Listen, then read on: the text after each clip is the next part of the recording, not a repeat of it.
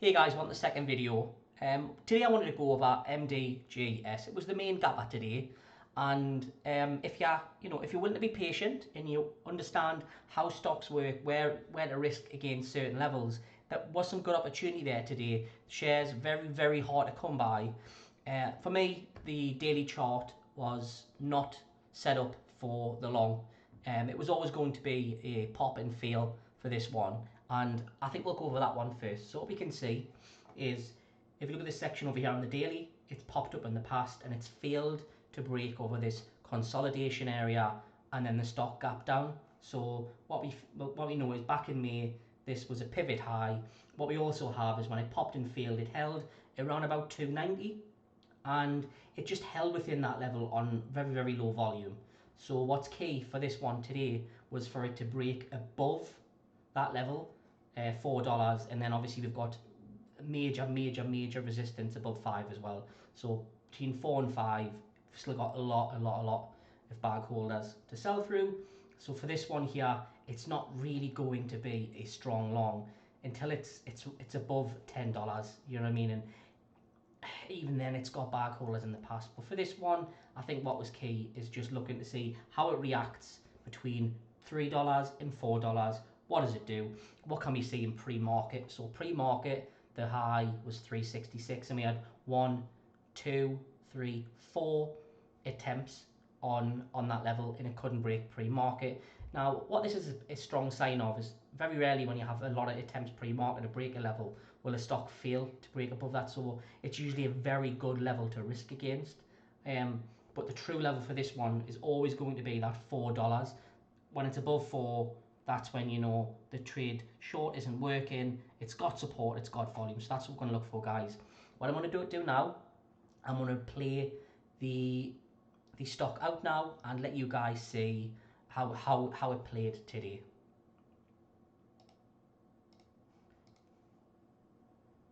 So we're just going to move now pre-market. What we can see now is we see it bounced off support here. So we've got between 320 and sort of 330. There's a bit of consolidation where it's failed. So we're going to test that 320 again, sort of 320 to 330. That's where we're getting some resistance. It's also above VWAP. So anybody who had shares for this is looking at thinking, okay, the open's coming. We know there's a lot of bag holders. It's already looking like it's fading off.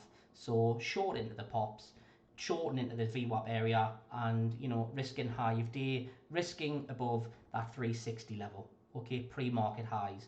We have a pop and a pop and fail. So for those people who are wanting to get in the position quickly, they're looking to see, I want to get in now. They're already in a position. You can see it's popped down and squeezed.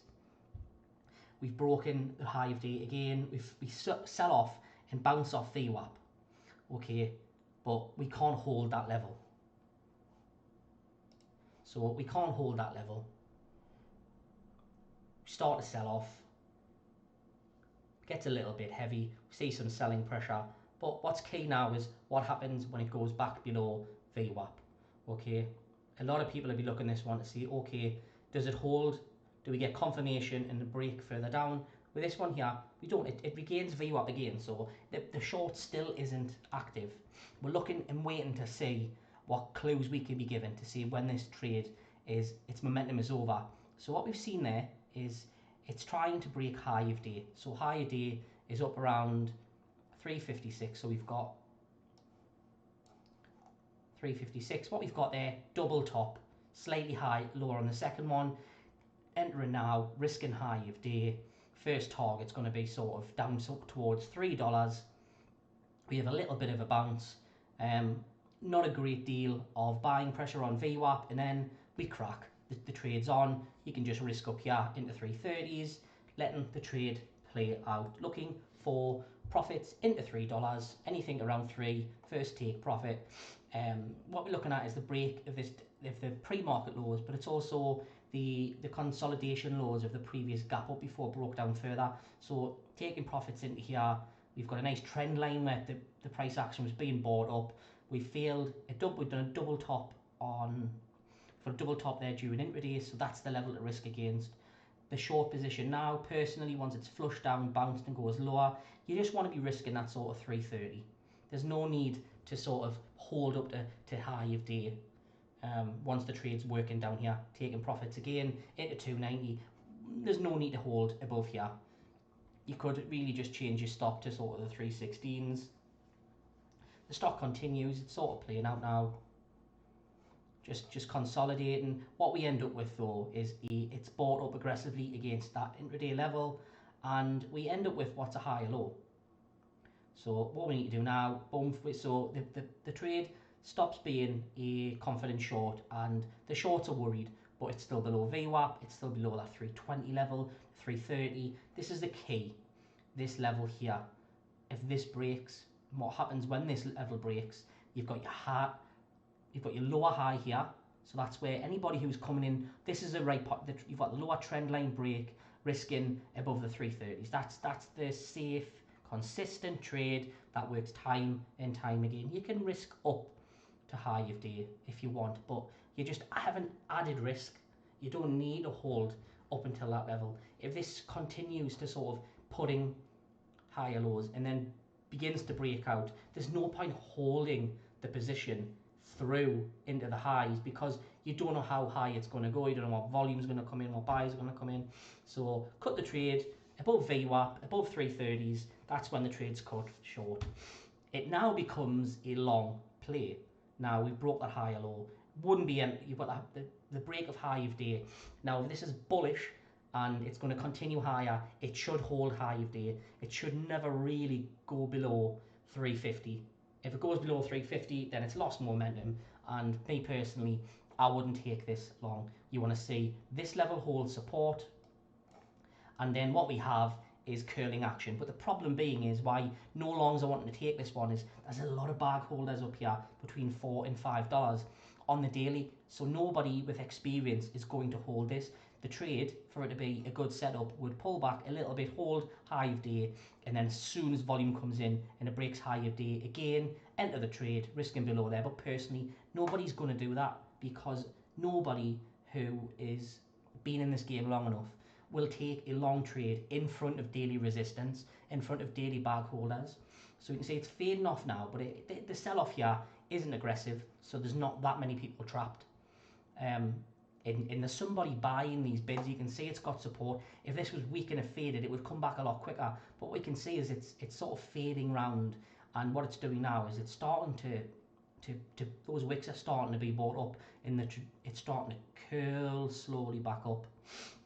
So it gives a bit of a safer entry down here around about next to VWAP. I wouldn't take this. I would never take a long day trade in front of any daily resistance.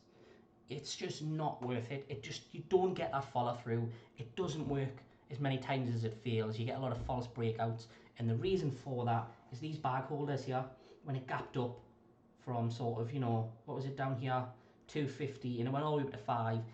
There's a lot of people bought there who can't, who are under PDT. They buy the stock because they see it's up, and then hoping it stays up the next day. It's down. They're already down. They just hold it in the hope that it goes back to the level they bought it at.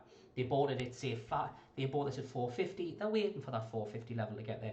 They bought it at 4. They're selling at 4. They want to get back out. They've held this for weeks now, months. They want to get out. We're seeing this curling action. You can see that it's trying to test again into that sort of 360 level. But, increasing volume, so it's looking good. But there's still a lot of selling. Still a lot of selling. There's not going to be anybody who was shorting into these pops and shorting into here. The risk in the 4 area, that's where they're looking to see what happens above there, because it can pop and have a wicket there, but it could just quite quickly sell back down, just like this one has here. It can't break 360. It struggled to break 360 earlier. It's going to test it now, and the volume's coming in. But got to remember, guys, we're back for a long play. It's not worth it because we're right in front of daily resistance. Never take a long trade in front of that daily resistance. So that's it. Just, guy, you've got to draw your lines as well. It's not an exact science. You look at price action, how it respects those levels. Pre-market highs, a lot of touches there. That one's going to be respected more often than not. And then you've got this sort of key level between 330 in 320. How does that hold up? First attempt on the pull down, it's held that, it's held VWAP. It's went to try and test the $4 and it's wicked out, and now it's going for the second attempt. But what's it going to do? You look at this now, it's got a lot of bag holders up there, a lot of bag holders, and you know, it needs to bring in some new traders. There's going to be a lot of churn at this area because anybody who's getting long down next to VWAP, they're taking profits, and as you can see now, it's putting a death candle. That is a clear as day sign that the bids have been taken away, that algorithm, any sort of institutional computerized trading is now gone. That's who is propping these bids up. When they take those bids away, this is how you end up with a position like this one. It flushes down, it hits, slams the brakes on a VWAP, which is usually going to happen 99 times out of 100. But now we get a little bit of a bounce. We've got a key area where we say to ourselves, okay, it's not long anymore. Nobody's going to take it. It couldn't break that $4 level. And now it's bouncing and it's consolidating. We're just waiting for a new low and then risking above that bounce. At the moment, it's bouncing up to around 345. You would be risking above 350 as you first enter into this trade. Trying to just, you know, don't want to go full size because sometimes you get this bounce where it'll sort of go up here and sort of test pre-market highs and then it'll put in a lower high. That's happened more times than not. This one here just sort of hovering around VWAP now. It can't even hold above it. It's consolidating. We end up with a wedge forming. And then the wedge is broken and we feel the trade is on. Entering short, risking above here. Personally, I would be scaling in and around this VWAP area. We're testing that 320 area. So this is obviously going to hold for a while. You might get a lower high now, it might bounce, retest VWAP, but this one's weak. Anybody who's long up here, anyone's long down there is now trapped. They're just wanting to get out. Nobody's willing to buy this stock now. That death candle there is not going to bring any new long traders into the market for this stock. Nobody's going to enter because it's shown now that its bids can be swiped away very quickly. You're not going to get anybody long who knows what they're doing and knows how to day trade. So with this one now, it's fading, risking up 350. I'll speed it up for you guys into the afternoon. Most of the play happened now. We're now into the back end of the move. It's put the death candle in. It's broken that 320 level. And now we're just looking to see if it's going to try and retest and fail, or it's going to continue to fade.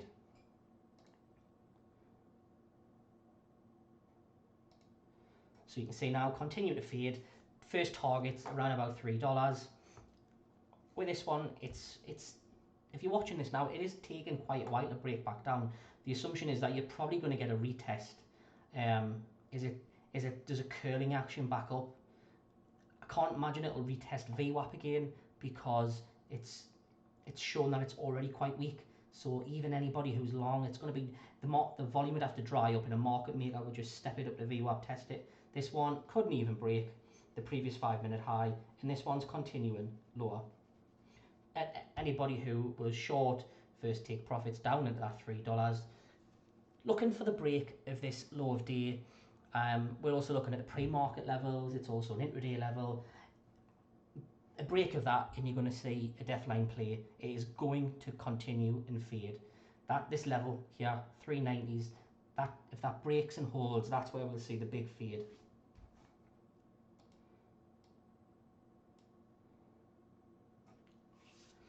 So just keep watching now. We're looking to see, is it going to go and try and make new highs? So that the high over the last sort of 5 to 15 minutes, 323, kind of break that 320s level that we had. The reason that level 320s was important, it was the pullback low for the first breakout during the second breakout during pre-market. So this one, it's broken below that level, but it's then regained it. It's testing it again, but it's holding support. It's managed to hold that level. It hasn't been able to sort of close below there and remain below there. It's keep getting bought up. So there's a buyer or there's somebody who's covering their shares at that point. In this one, guys, you know, this is the trade. We're moving into the close now. We're moving into after hours. I will let that play out for a few minutes just to let you guys see what's happening. But This one here, it's still trying to test it, so try and hold on to that. But if you watch it, just consolidating over, eventually breaking, but you know, that's a long time to just be sitting pre-market, and the volume's not there. You can't be getting out of massive positions, so you know, this one is now going to open up lower tomorrow, and I just wanted to get into that. I wanted to get into this trade for you guys. I wanted you to understand why it's not a long and when it's a good short. You know, you could scale into the pops into higher day, but you don't know how high it's going to go, and you know, when it doesn't work, you end up really emotional. You get caught in a really bad trade, and it's just not worth the anxiety. It's not worth the, you know, battling that stock until it breaks down.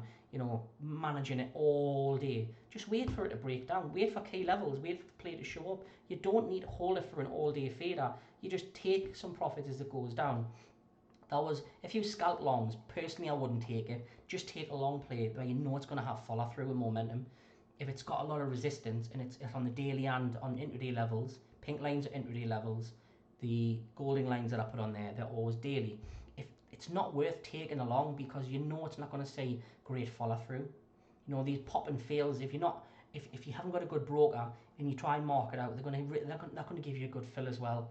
You know, it's just not, there's not a great play here personally. You know, you want to see long plays where there's nothing on the daily level. This one, where if it was up above sort of $5, maybe it would be good for the long. But to be honest, guys, this was a good short. But yeah, I had to sit through it squeezing. And I think the reason it squeezed as well is there wasn't a lot of plays today. The market was quite quiet. Everything that was fading had already faded. So this was the only long, other than VXRT, that was sort of in play during the open. So I had a lot of people, you know, trying to jump in, you know, trying to scalp those plays and trying to force a trade. You've got the shorts, you know, a little bit too anxious, trying to get in too soon, not letting it play itself out. You just got to wait for that stock to show you that it's weak or to show you that it's strong. The perfect play was that double top at high of day. It couldn't even break pre-market highs. Then a candle flushes down. You've got a very weak, low volume bounce and just scaling into it down here, taking profits into the threes, looking for that fade and break below pre-market lows and that daily level around about 290, but it didn't happen, you know. But you're taking 50% off here, and then you stop out with the other 50%. It's a scratch trade. By the time you're taking commissions and stuff, you don't make as much, okay? But it keeps you in the game, and it keeps you trading for longer. There's no point chasing all this, you know what I mean? You're chasing up here, you're holding up down here, you're getting stopped out, you're just going to get paper cuts. None of this I would have traded. It just didn't have the daily setup. But once this death candle comes in and it's rejecting that daily level, that's the telltale sign where you want to be going short. Just wait for the bounce. This one here was so heavy. Just want to be getting in around about here, the bounce on VWAP. Personally, I would be looking at smaller size here and then looking as it bounces to add in more risk if you can get shares. This one was very difficult to come by today, guys.